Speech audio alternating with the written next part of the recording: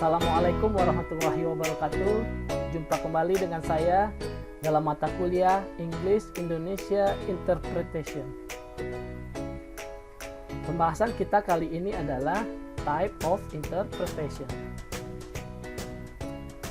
Pada pembahasan sebelumnya, kita sudah menjelaskan beda dari interpretation dan translation. Dan kita juga sudah menjelaskan bagaimana terjadinya proses interpretation. Sekarang kita masuk kepada tipe dari interpretation. Adapun tipe dari interpretation itu adalah yang pertama simultaneous, yang kedua consecutive. Sekarang kita jelaskan apa itu simultaneous. Simultaneous itu adalah proses interpretasi di mana seorang interpreter menginterpretasikan bahasa sumber ke bahasa target sambil pembicaraan berlangsung oleh speaker. Artinya adalah ketika seorang speaker berbicara, pada saat itu juga seorang interpreter menyampaikan interpretasinya kepada audiens. Dan itu terus berlanjut. Artinya sewaktu speaker berbicara, interpreter secara cepat menginterpretasikan, kemudian disampaikan kepada audiens secara continuous. Selanjutnya, consecutive. Consecutive ini adalah proses di mana seorang interpreter menunggu seorang speaker berbicara terlebih dahulu. Kemudian diselesaikan, kemudian interpreter baru menyampaikan interpretasinya kepada audiens. Biasanya kegiatan seperti ini dibagi dalam segmen-segmen. Speaker berbicara, kemudian selesai speaker berbicara, kemudian interpreter berbicara. Kemudian speaker berbicara lagi, setelah speaker itu selesai, kemudian interpreter berbicara lagi. Jadi nampak jelas antara simultaneous dan consecutive itu ada bedanya. Kalau simultaneous itu langsung saat bersamaan. Ketika speaker berbicara, interpreter juga berbicara. Dan biasanya ini terjadi dalam conference. Sementara consecutive, ketika speaker berbicara, interpreter menyelesaikan pembicaraannya dulu, kemudian baru menyampaikan interpretasinya. Oke, dapat dipahami ya? Sekarang kita lihat bagaimana interpretasi itu digunakan.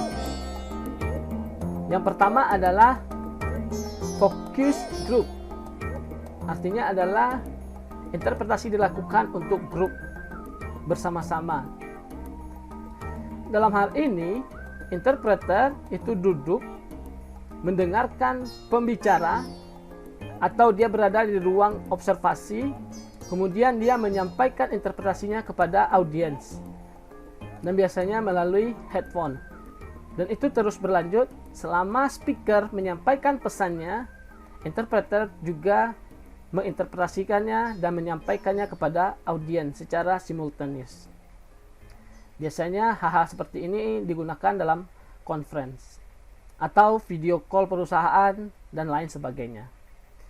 Selanjutnya, selain focus group, interpretasi itu digunakan juga secara escort interpretation. Yang dimaksud dengan escort interpretation ini adalah seorang interpreter menemani seseorang atau delegasi dalam sebuah tour, dalam sebuah kunjungan atau rapat ataupun interview. Biasanya escort ini juga disebut sebagai liaison interpreter. Mungkin kita pernah mendengar LO, liaison officer. Dan salah satu fungsi dari LO itu adalah sebagai interpreter. Jadi kalau fokus bersama-sama menggunakan headphone, kalau escort biasanya pendampingan. Artinya mungkin kita pernah melihat seseorang dari luar negeri datang, kemudian ada penerjemah yang mendampinginya. Itu adalah interpreter.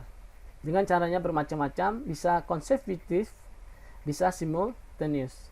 Atau bisa juga dia bisikkan atau whispering. Oke ya, sekarang kita lihat analogi bagaimana cara kerja interpretasi ini. Yang pertama adalah focus group interpretation. Kita lihat di sini ada speaker, kemudian ada interpreter, kemudian ada audience.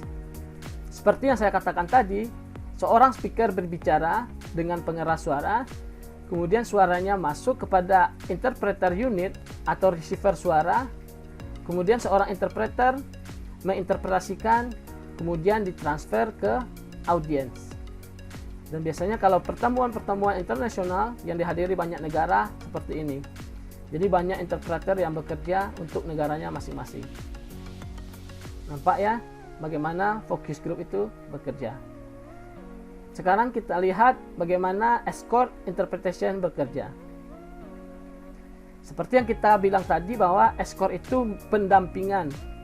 Seorang interpreter mendampingi seorang pembicara. Ketika seorang speaker berbicara, kemudian seorang interpreter menginterpretasikan untuk kliennya. Jadi artinya terjadi secara dialog melalui perantara. Escort interpretation ini biasanya digunakan untuk tour pariwisata misalnya, atau interview misalnya, atau rapat, atau pertemuan-pertemuan lainnya. Jadi dapat dipahami bahwa terdapat dua tipe dari interpretation, yaitu yang pertama simultaneous interpretation, yang kedua consecutive interpretation.